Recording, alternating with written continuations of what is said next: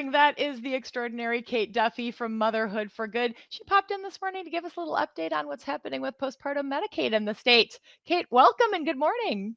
Good morning. It's been a minute since I've been on Up North News Radio. I think since, just before the election in November. So happy to be back. This is a little earlier than my normal spot. So I'm still in my first cup of coffee. I may be a calmer version than what people are used to. You'll be calm for starters, but as we get into this stuff, I think that that's going to change. Yes. Yeah. Yes. Oh my gosh. And yeah, so I've been pushing pretty hard and a lot of folks within Motherhood for Good on this postpartum Medicaid advantage, which is, I'm sure, something you're very familiar with too. And I know you've worked really hard on as well. Seeing as we are one of now only two states that has not expanded postpartum Medicaid to 12 months. We're still at 60 days. And I've been watching it for the past couple years, watching the ticker go down. It's like, because it was first introduced to states in 2021 as something that they could adopt at a 90% fund rate to help postpartum moms in their state. We saw as state by state by state by state took the deal, and they're like, "Oh yeah, why wouldn't we do that?" And now Mhm. we're down to two states, Wisconsin and Arkansas, that have not And done this. why is this important? I mean, what happens with Medicaid right now in Wisconsin, and what would this change for moms and families? Yeah, so Medicaid is, part of our program to help low-income people who need healthcare. And right now, when moms have a baby, the baby can be on it for the first year, but the moms can only be on it for 60 days postpartum. And if for anybody who has had a child knows that 60 days is there's definitely not a magic wand that somebody waves and then you're all better. I wish we could do legislation to do that because that would be amazing, but unfortunately that is That would not put the me out of a case. job. Yeah.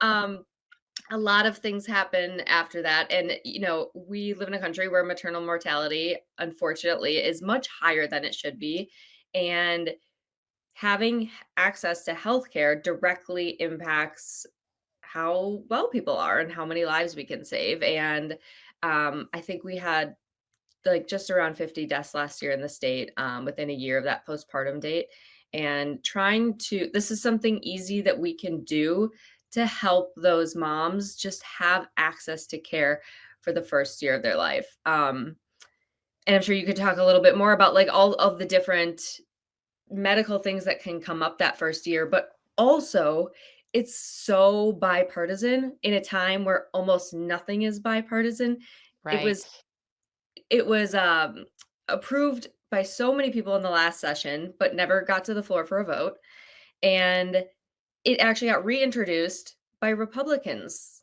this session, and has a Mhm. ton of Republican co-sponsors and Democratic co-sponsors. It's Um, actually the Republicans who are really pushing it. Like they you are. said, we've got, what's the name of the sponsor out of Weston who introduced this bill? The assembly rep. I'll come up with it. He has been out stumping for this, as has Jesse Rodriguez. I mean, they are very much out in the press talking about the need for this. Most women who die related to their pregnancy die in the postpartum period. And you said 50 women. We think that 80% of these deaths are preventable. We could save 80% of these women who die in the United States if we can get them access to care. And that's what this is all about. And to know that this is bipartisan, bicameral, they are working together like they work together in no other way. And it's not just our legislators, it's the coalitions of groups coming together. It's the Catholics, it's the anti choice groups, it's the OBGYN doctors. I mean, everybody wants this except Robin Voss, tell me dun, more dun, about that. dun, our Yeah. Assembly Speaker. Right. He, is almost proud about not supporting this. He has said that it's likely not gonna come for a vote. He has said, quote, unquote, that when asked about it, that we just give away too much free stuff. He also said recently that his caucus in general is not a fan of welfare programs. Um, Which is just, there's conservative and then there's cruel. And I think, we're seeing a lot of conservatives and Republicans supporting this because they know that it makes sense. And not only does it make sense from a moral or healthcare perspective, it actually makes sense financially as well. It is not a huge investment. And in the states that have already adopted this, they're seeing that it actually saves money because when people don't have access to healthcare and then they need it and they can't afford it, then that ends up putting more onus on the state to pay for things as well. So it's Exactly a right. smart decision all around. Yeah, I mean, we count the number of people who die, but for every person who dies, there are 100 people who are harmed, and many are permanently harmed. And this is physical health, mental health, things that impact families and whole communities. So this is a real opportunity. There's going to be a hearing tomorrow in the Senate. Are you going? Yes, I am going to go. I need to check the snow, but I am planning on being there. So there's a hearing in the Senate. If you can get to Madison, we would love if you could come too and testify in favor of this bill.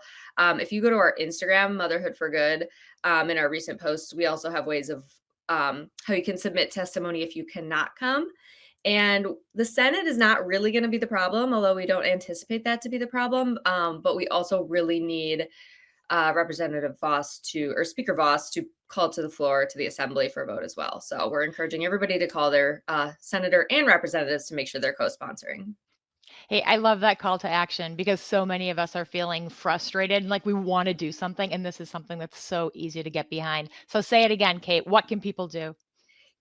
Try to come to the hearing if you can. If you can't, call your state senator and state representative and ask them to co-sponsor legislation to expand postpartum Medicaid, and that'll be great. Yeah, we'll save lives. We'll Yeah, save moms' lives. and you'll hear your Republicans say, "Oh, we already support it," which is great. It's fabulous. Kate, thanks for jumping on with us this morning. Thank you for the work that you do. You're incredible. Thank you so much. You